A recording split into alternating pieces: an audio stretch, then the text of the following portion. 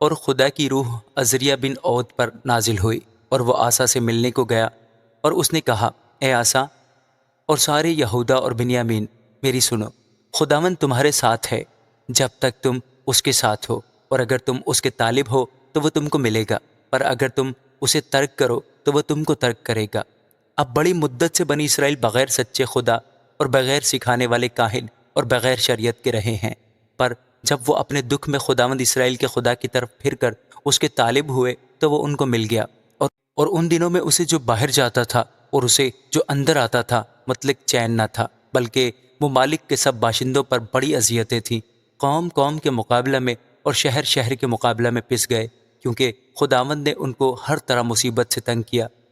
لیکن تم مضبوط بنو اور تمہارے ہاتھ ڈھیلے نہ ہونے پائیں، کیونکہ تمہارے کام کا اجر ملے گا۔ جب آسا نے ان باتوں اور عودت نبی کی نبوت کو سنا تو اس نے ہمت باندھ کر یہودا اور بنیامین کے سارے ملک سے اور ان شہروں سے جو اس نے افرائیم کے کوہستانی ملک سے لے لیے تھے مکروہ چیزوں کو دور کر دیا، اور خداوند کے مذبح کو جو خداوند کے اسارے کے سامنے تھا پھر بنایا، اور اس نے سارے یہودا اور بنیامین کو اور ان لوگوں کو جو افرائیم اور منسی اور شمعون میں سے ان کے درمیان بود و باش کرتے تھے اکٹھا کیا، کیونکہ جب انہوں نے دیکھا کہ خداوند اس کا خدا اس کے ساتھ ہے تو وہ اسرائیل میں سے بکثرت اس کے پاس چلے آئے۔ وہ آسا کی سلطنت کے 15ویں برس کے تیسرے مہینے میں یروشلم میں جمع ہوئے، اور انہوں نے اسی وقت لوٹ میں سے جو وہ لائے تھے خداوند کے حضور 700 بیل اور 7,000 بھیڑیں قربان کی، اور وہ اس عہد میں شامل ہو گئے تاکہ اپنے سارے دل اور اپنی ساری جان سے خداوند اپنے باپ دادا کے خدا کے طالب ہوں، اور جو کوئی کیا چھوٹا کیا بڑا، کیا مرد کیا عورت، خداوند اسرائیل کے خدا کا طالب نہ ہو وہ قتل کیا جائے۔ اور انہوں نے بڑی آواز سے للکار کر تریوں اور نرسنگوں کے ساتھ خداوند کے حضور قسم کھائی، اور سارا یہودا